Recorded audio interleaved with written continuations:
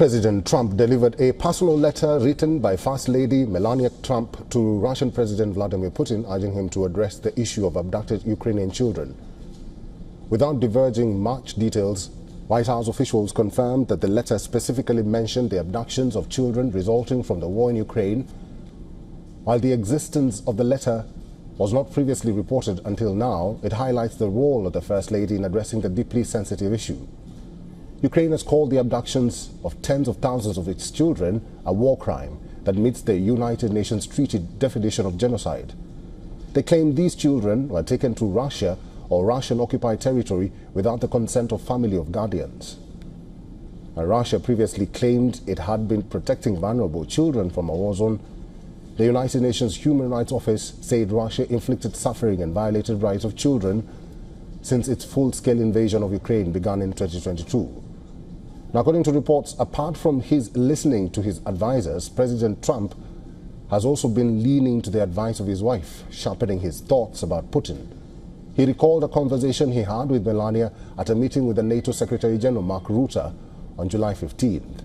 Trump revealed that Melania played a key role in changing his stance on Vladimir Putin.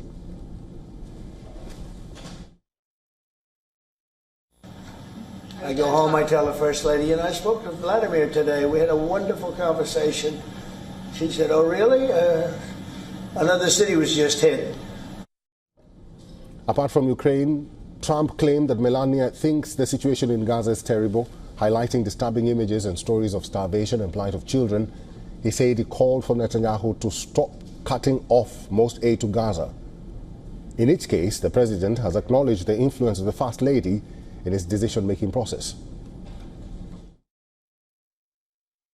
Have you discussed the crisis in Gaza and the terrifying... I have, and she thinks it's terrible, and she sees the same pictures that you see, and that we all see, and I think everybody, unless they're pretty cold-hearted or worse than that, nuts.